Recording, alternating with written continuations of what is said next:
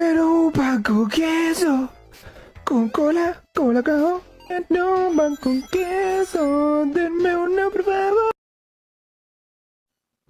Bienvenidos, en este video se presentarán lo que es una tabla de datos ascendentes, tallo hoja, cómo calcular el rango, intervalo de clase, ancho de clase, cómo obtener una tabla de frecuencias, un diagrama de gráfica de barras, un diagrama de polígonos, un diagrama de gráfico combinado y cómo calcular los cuartiles y deciles.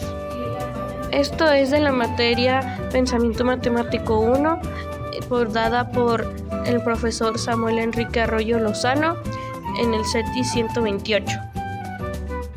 Una tabla de datos ascendentes es una forma de acomodar nuestros datos de menor a mayor. Un diagrama de tallo hoja es una forma de representar datos. En el tallo es todo lo que va antes del dígito final y la hoja es el dígito final. Si se le da vuelta, se representa una gráfica de barras.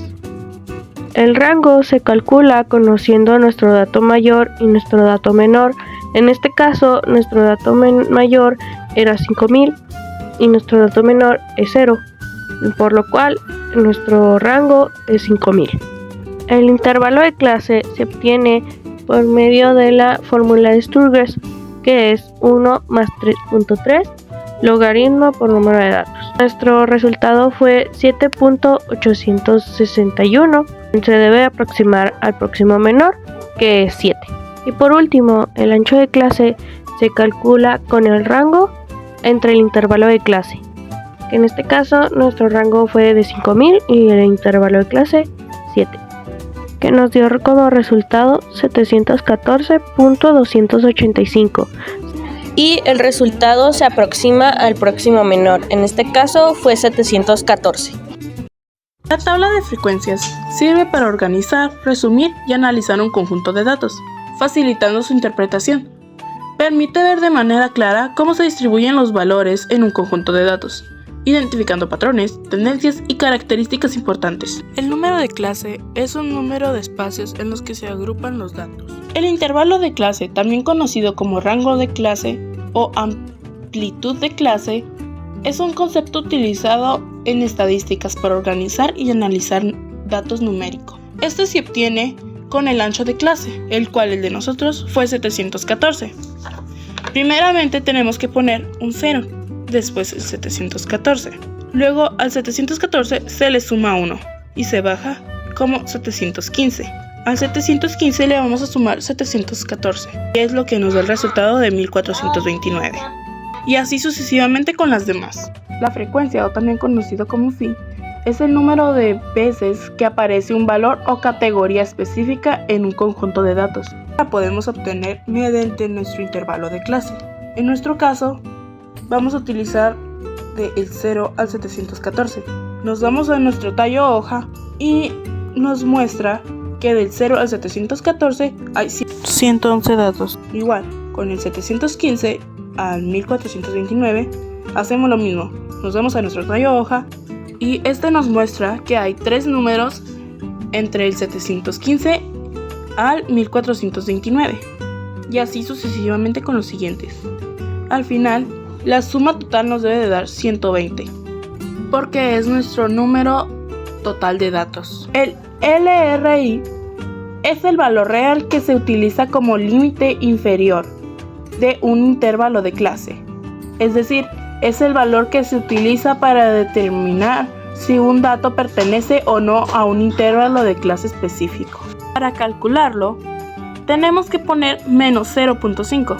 Después nos vamos a nuestro intervalo de clase. En este caso, yo agarraré el 714 y lo pondré aquí, pero sumándole el menos 0.5, que me dará 714.5. Igual, nos vamos a la siguiente, intervalo de clase, y agarramos el 1429 y lo bajamos con 0.5. Y así sucesivamente. El LRS es el valor real que se utiliza como límite superior de un intervalo de clase. Es decir, es el valor que se utiliza para determinar si un dato pertenece o no a un intervalo de clase. Es muy similar al LRI, pero para calcularlo tenemos que agarrar los números de aquí, pero con punto 5. Tenemos que sumarle el punto 5 y los pasamos para acá. Igual, 1429 le ponemos el punto 5 y lo pasamos para acá. Y así sucesivamente con las demás. La marca de clase es un valor representativo de cada intervalo de clase en una tabla de frecuencias. Se utiliza para resumir y representar los datos de cada intervalo de clase. Tenerlo, tenemos que irnos al LRS. Tenemos que agarrar 714.5 y lo vamos a dividir entre 2. Nos va a dar un resultado de 357.5. Al 357.5 le tenemos que sumar 714 y nos va a dar un resultado de 1072. Al 1072 tenemos que sumarle 714 y nos da un resultado de 1783, y así sucesivamente con las demás.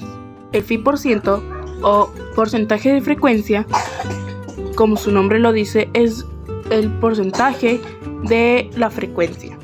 Para obtenerlo tenemos que hacer una regla de 3, el cual nuestro 100% es 120 y queremos obtener el porciento de 111. Entonces, para obtenerlo tenemos que multiplicar 111 por 100 y el resultado entre 120, el cual nos da 92.5. Entonces, esta es nuestra frecuencia. Para obtener el siguiente es lo mismo. Se multiplica 3 por 100, el resultado entre 120, y en nuestro caso nos dio 2.5. Y así sucesivamente con los siguientes. La suma de todo nos debe dar 100%. Para la frecuencia absoluta tenemos que irnos a nuestra frecuencia. Nuestra primera frecuencia es 111. Este 111 lo vamos a pasar a la frecuencia absoluta. Después a este 111 le vamos a sumar nuestra frecuencia. En este caso la segunda frecuencia es 3. Le sumamos los 3 y nos da 114. A 114 le tenemos que sumar 2, nos da 116. Y así sucesivamente con las siguientes. Terminar nos tiene que dar 120. Para obtener la frecuencia absoluta en porcentaje, nos tenemos que ir a la frecuencia en porcentaje. Ponemos nuestro 92 en la frecuencia absoluta.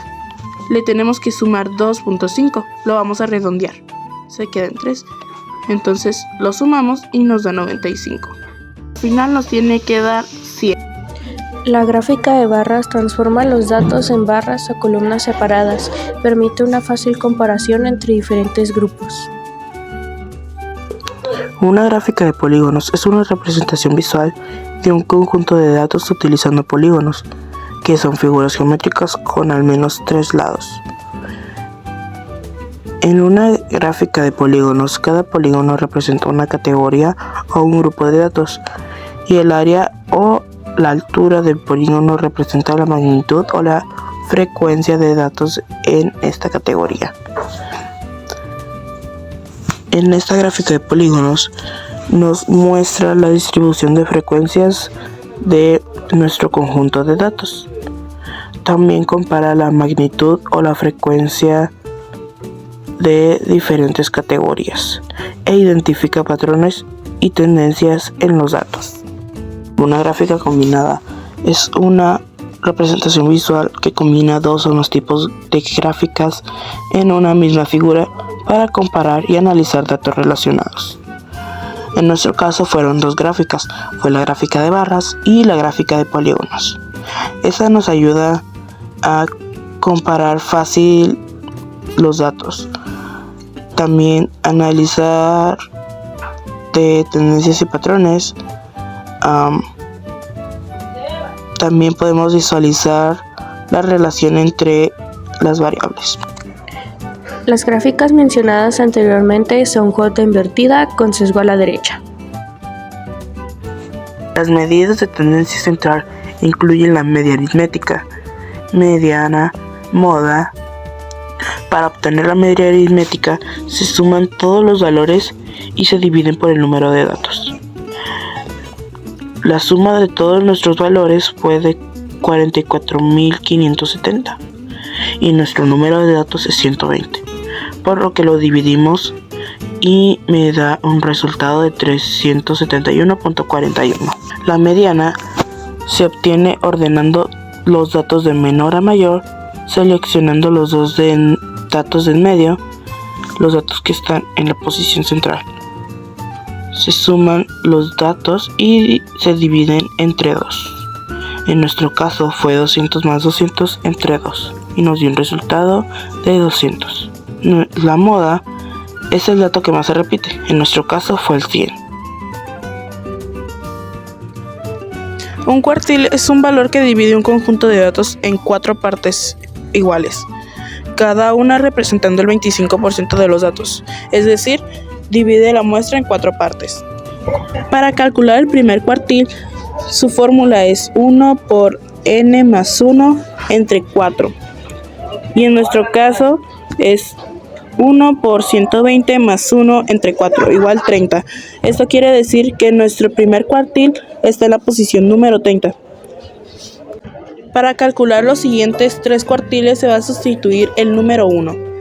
Los deciles son prácticamente lo mismo que el cuartil, solo que divide nuestra muestra en 10 partes.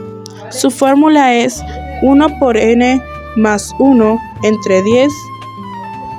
Sustituimos y nos queda la fórmula 1 por 120 más 1 entre 10 igual 12. Esto quiere decir que nuestro primer decil está en la posición número 12. Igual que con el cuartil, este se va a sustituir el número 1. Cabe señalar que el segundo cuartil y el quinto decil coinciden.